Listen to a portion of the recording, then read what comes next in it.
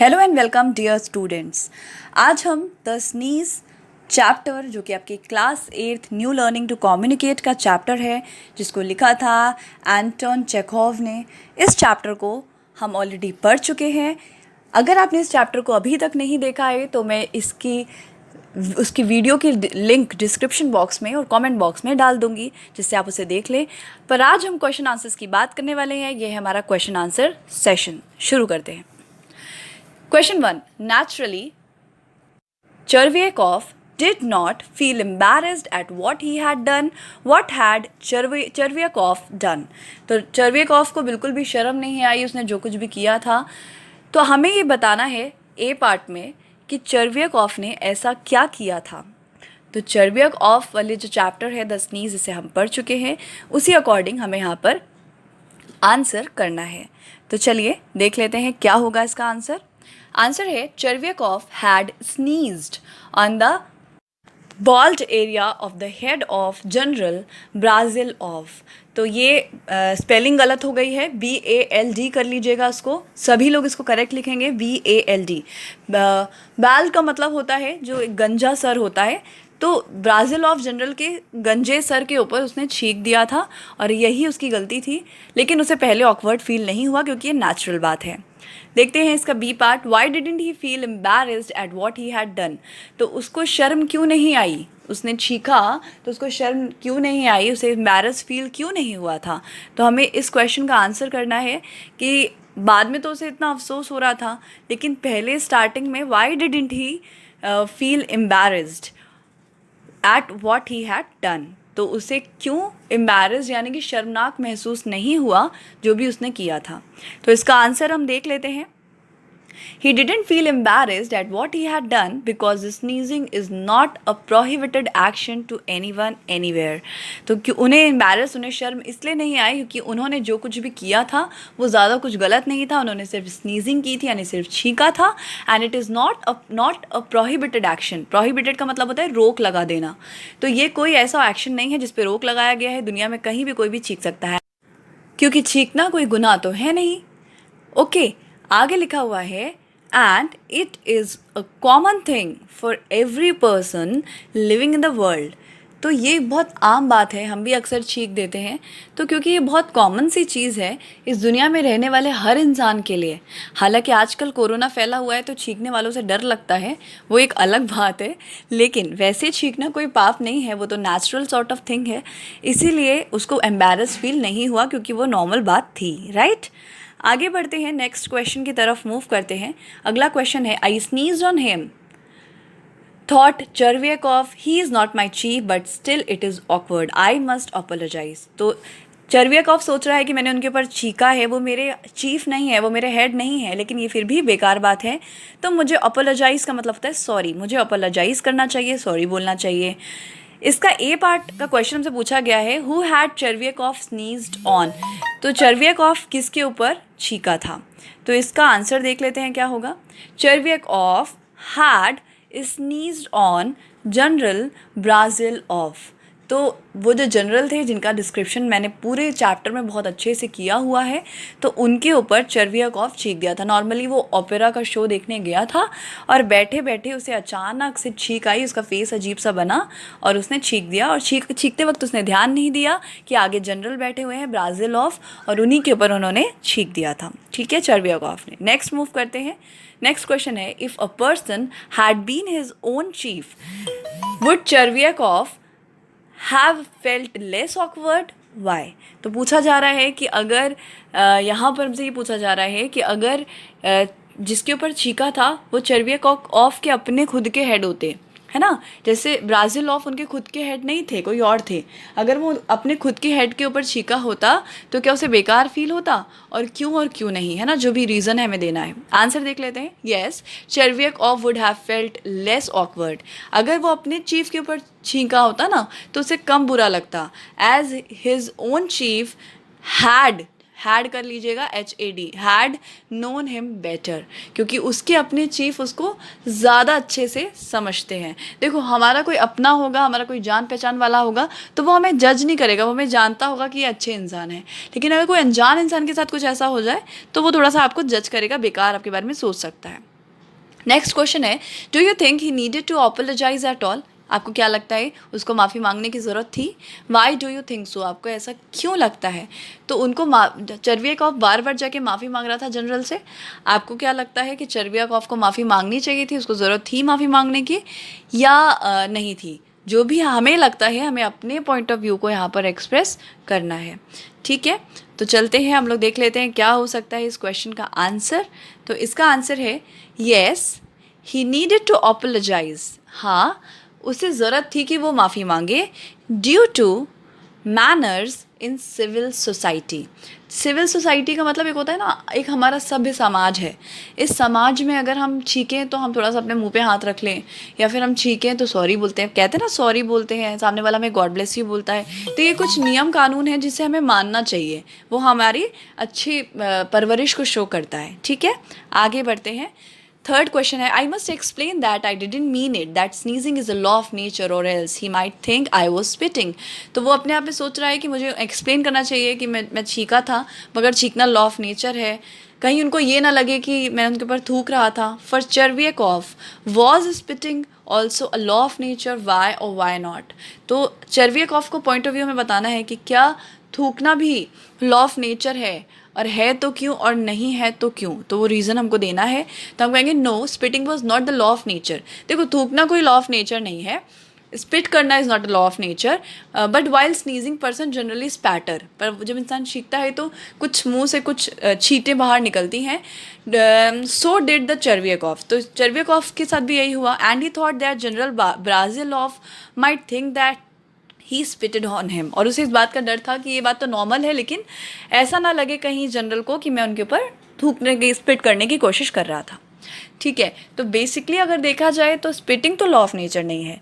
देखो, स्नीजिंग तो law of nature है, but spitting law of nature नहीं है। तो स्नीज करना इज़ ओके, लेकिन जब हम स्नीज करते हैं तो आपने कभी गौर किया होगा, आपके मुंह से थोड़ी बहुत, कहते हैं ना, ड्रॉपलेट्स निकलती हैं और बाहर थोड़ा सा आती हैं। इसीलिए आजकल कोरोना के टाइम पे मास्क वास्क लगाना भी इंपॉर्टेंट है, कि अगर किसी ने छींका और उसे कोरोना है तो आपको हो सकता है। तो स्पिटिंग हो जाती है, मतलब स्पैटर हो जाता है नॉर्मल। तो वो एक्सप्लेन करना चाहता था यही बात जनरल को, कि जनरल बुरा ना माने इस चीज़ का।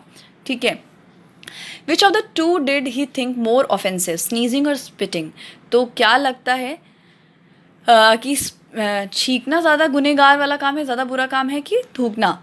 तो हमको चर्वियाकॉफ का पॉइंट ऑफ व्यू बताना है, तो बताएंगे ही कंसीडर स्पिटिंग मोर ऑफेंसिव दैन स्नीजिंग। तो उसको बार बार ये लग रहा था कि जनरल को ये ना लगे कि मैंने स्पिट किया है, इसीलिए वो माफ़ी मांग रहा था, स्नीजिंग के लिए माफ़ी नहीं मांग रहा था। तो उसको लगता था कि स्पिटिंग ज़्यादा बुरी चीज़ है। राइट, आगे बढ़ते हैं। Fourth question, still you must go and apologise, said she said, do you think Chervyakov's wife gave him the right advice, why do you think so? तो उसकी वाइफ को जब ये सब बात पता चली थी, तो उसकी वाइफ ने, चर्वियाकॉफ की वाइफ ने कहा था कि हाँ, तुम अभी भी जाकर उनसे माफ़ी मांग लो। आपको क्या लगता है कि माफ़ी मांगने के लिए जो उसने भेजा था अपने हस्बैंड को, वो एक सही एडवाइस थी? और आपको जो भी लगता है वो क्यों? क्योंकि इसी माफ़ी के मांगने के बाद में चर्वियाकॉफ की डेथ हो गई थी। तो क्या ये सही एडवाइस थी कि नहीं? Yes, Chervyakov's wife gave him the right advice. Advice गलत नहीं थी, एडवाइस तो बिल्कुल सही थी, because he had sneezed on the general Brizzhalov and one might have thought that Chervyakov was uncultured person. क्योंकि जब आप ऐसे किसी के ऊपर छींक दोगे तो दिस इज़ नॉट गुड ना, बैड मैनर्स हैं। तो कोई भी ये सोच सकता है कि इस आदमी को ज़रा भी मैनर्स नहीं है, अनकल्चर्ड पर्सन है, who did not know how to behave in the society। यानी एक ऐसा व्यक्ति कोई इसको समझ सकता था जिसे सोसाइटी में बिहेव करने का भी सहूर नहीं हो। या हम कह सकते हैं कि चर्वियाकॉफ की वाइफ ने सही डिसीजन दिया था, एडवाइस सही दी थी कि जाके माफ़ी मांगो। क्योंकि अगर आप ऐसे किसी के मुंह पे छींक दोगे, किसी के ऊपर छींक दोगे और माफ़ी नहीं मांगोगे, तो ये लगेगा कि यार आपको ज़रा से भी एक सिखाए नहीं गए हैं मैनर्स, आप कुछ भी करते हो, ये तो एक गलत चीज़ है ना। इसलिए माफ़ी मांगने भेजने का डिसीजन बिल्कुल सही था। वो अलग बात है कि चर्वियाकॉफ ज़्यादा सेंटिमेंटल हो गया और ज़्यादा दिल पर ले लिया, तो वो एक डिफरेंट पॉइंट ऑफ व्यू है, उसके बारे में हम बात नहीं कर रहे। Do you think General Brazilov expected Chervyakov to come to his office the next day and apologize to him? Why do you think so? तो आपको क्या लगता है कि जो जनरल ब्राजीलॉफ हैं, इन्होंने क्या ये उम्मीद की थी कि चर्वियाकॉफ अगले दिन आए और आकर माफ़ी मांगे? वाई डू यू थिंक सो? और अगर उन्होंने ये उम्मीद की थी या नहीं की थी, जो भी आपका आंसर है, तो क्या है आपका आंसर और आपको क्या लगता है कि क्या होना चाहिए? उम्मीद कर रहे थे वो कि नहीं कर रहे थे? तो इसका आंसर हम देख लेते हैं। इसका आंसर है no, general Brizzhalov not expected Chervyakov to come to his office next day. तो ब्राजिलॉफ ने ऐसी कोई उम्मीद नहीं की थी कि वो आके माफ़ी मांगेगा। अनजान आदमी है, आए अचानक से माफ़ी मांगे तो उसका कोई मतलब नहीं है। And apologise him because for him it was a pity matter. क्यों उम्मीद नहीं की थी उन्होंने? क्योंकि उनके लिए पिटी मतलब होता है बहुत छोटा और अनइम्पॉर्टेंट। पेटी का मतलब होता है एक छोटा और कोई खास नहीं था उनके लिए मैटर। उससे वो अलग बात है कि चर्वियाकॉफ ज़्यादा माइंड कर रहा था, जनरल ब्राजिलॉफ इतना माइंड नहीं कर रहे थे। नेक्स्ट है I will write him a letter but I will not come again here again. तो चर्वियाकॉफ ने सोचा कि मैं एक लेटर लिखूंगा पर यहाँ नहीं आऊँगा दोबारा। What kind of letter was Chervyakov planning to write to the general? तो चर्वियाकॉफ हालांकि वो लेटर लिख तो नहीं पाया था, लेकिन हमसे पूछा जा रहा है कि किस तरीके का लेटर चर्वियाकॉफ अपने वो जो व्यक्ति है ब्राजिलॉफ उसको लिखना चाहता था। किस तरीके के लेटर की बात यहाँ पर हो रही है। तो क्या प्लानिंग थी चर्वियाकॉफ के माइंड में, हमें ये बताना है। इसका आंसर देख लेते हैं। आंसर है Chervyakov was planning to write a letter seeking apology for his sneeze. तो वो एक ऐसा लेटर लिखना चाहता था जिस लेटर में वो प्लानिंग कर रहा था एक ऐसा लेटर लिखने की जिसमें वो सीक कर सके। सीकिंग मतलब है यहाँ मांगना, अपॉलॉजी मतलब होता है माफ़ी, यानी माफ़ी मांगने के लिए। किस चीज़ की माफ़ी? फॉर हिज स्नीज, जो उस दिन वो छींका था उस चीज़ की माफ़ी मांगने के लिए वो एक लेटर लिखने की प्लानिंग कर रहा था। ठीक है, तो ये लेटर बेसिकली माफ़ी मांगने के लिए था जो कि वो अपनी छींक की वजह से मांगना चाहता था। नेक्स्ट है did he write the letter, why और वाई नॉट? तो अभी ही मैंने आपको बताया इसका आंसर। तो हमसे पूछा जा रहा है क्या वो लेटर लिख पाया था, और अगर लिख पाया था तो क्यों, और नहीं लिख पाया था तो उसका भी रीज़न, क्योंकि ये रीज़न्स जो है ऑलरेडी हमारी बुक में मेंशन किए गए हैं। राइट, तो हमें बताना है कि क्या वो लेटर लिख पाया था। अगर लिख पाया था तो उसका रीज़न बताना है, और नहीं लिख पाया था तो उसका भी रीज़न बताना है। तो मैंने आपको इसका आंसर बताया था, फिर भी इसका आंसर देख लेते हैं। इसका आंसर है no, he didn't write the letter as he couldn't think anything to write. तो मैंने आपको बताया था कि वो हालांकि लेटर नहीं लिख पाया। No, he didn't write the letter, उसने लेटर नहीं लिखा। एज, क्यों नहीं लिखा? He couldn't think anything to write, क्योंकि उसे समझ में नहीं आ रहा था, वो सोच ही नहीं पा रहा था कि मैं क्या लिखूँ, क्या लिख दूँ उस लेटर में, क्योंकि इतना बड़ा कोई मैटर भी नहीं है। फिर भी उसको गिल्टी कॉन्शियस फील हो रहा था, तो वो समझ ही नहीं पाया कि लिखना क्या चाहिए। ठीक है, आगे बढ़ते हैं हम लोग, देखते हैं नेक्स्ट क्या है। नेक्स्ट है 7th question, something seem to be break inside Chervyakov. तो चर्वियाकॉफ के अंदर कुछ टूट गया था, यानी वो टूटा हुआ महसूस कर रहा था, छन से जो टूटे कोई सपना। ठीक है वही वाली बात है। Why did he suddenly feel he was broken man? तो उसे अचानक से ऐसा क्यों फील होने लगा कि वो एक टूटा हुआ व्यक्ति है। टूटा हुआ व्यक्ति का मतलब जिसकी उम्मीदें टूट गई हैं, जो बहुत ज़्यादा डिसअपॉइंट हो गया है, जिसे अब कुछ अच्छा फील नहीं हो रहा, उसे ऐसा क्यों फील हो रहा था? मतलब हमें यहाँ पर बताना है कि उसे ब्रोकन फील क्यों होने लगा था, उसका रीज़न। आंसर है Chervyakov suddenly felt that he was a broken man because his hope for apology came to an end. जब इंसान की उम्मीदें ख़त्म होती हैं तो वो टूट जाता है। यहाँ पर उसकी उम्मीदें ख़त्म हो चुकी थी कि अब उसे कोई भी माफ़ी मिलेगी। The quaking and growing red face of general Brizzhalov and his repeated question made him feel like a broken man. देखो एट हिट मतलब हम यहाँ पर ये बताना चाह रहे हैं, क्वैकिंग का मतलब होता है एक गुस्से वाला लाल फेस जो जनरल ब्राजिलॉफ का वहाँ पर हो गया था, जिसके कारण से वो उसके ऊपर गुस्सा आ गए थे और उसे भगा दिए थे वहाँ से। तो इसके बाद उसको ये समझ में आ गया था कि अब मैं इनके पास जा भी नहीं पाऊंगा माफ़ी मांगने, और ये मुझे माफ़ करने वाले भी नहीं हैं।